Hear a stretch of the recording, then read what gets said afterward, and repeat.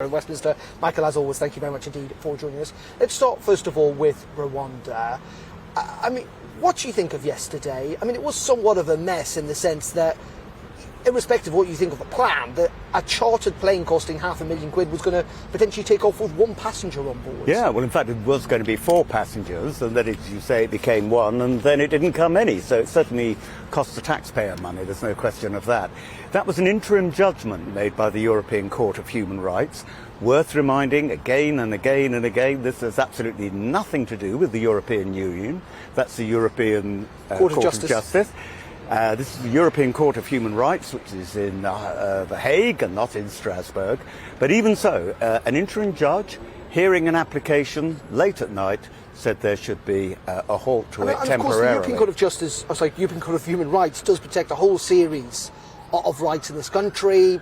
You know, the right to go on strike, but the right to be protected against domestic violence, the right to free speech and all that sort of stuff. They are some of the bedrocks, actually, of our democracy. Well, and indeed it was our democracy which set it up in the first place. It was Winston Churchill who set it up with the conquered powers, France and Germany. France had been conquered, of course, by Germany, in order to ensure that European justice would be to British standards. So wouldn't it be unthinkable in some ways for Britain to withdraw it, which Downing Street don't seem to be ruling out this afternoon? Yeah, I don't think Britain's going to withdraw from the European Court of Human Rights. So you think the government should rule that out? Well, I'm not going to commit them to anything because I'm a politician, but I don't think we were doing it. I don't think that's even being discussed. Hang on. The Downing Street spokesperson was asked about this. Well, maybe he was confused. Well, they said all options remain on the table. So you think the government shouldn't go down that path? I don't think government is going to go down that plan. And you know what? If I was a government spokesman, if I was doing your job but being employed by 10 Downing Street instead of being employed by GBNews, I'd say everything is on the table and nothing's being ruled out. It's what they say.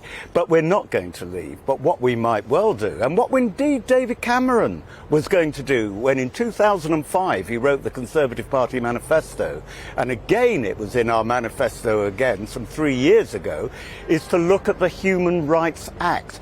Now, for some 40 years, Britain was a member of the European Court of Human Rights, and then Tony Blair came along and thought, oh, what a good idea, we should now make an Act of Parliament. As soon as you make an Act of Parliament, it becomes completely inflexible. The joy of English law over Napoleonic law is that it's flexible. And you start putting down legislation, then it becomes less flexible. And that's what's happened here. So in 1998, it may or may not have been a good thing to do. 40 years onwards, no. Let's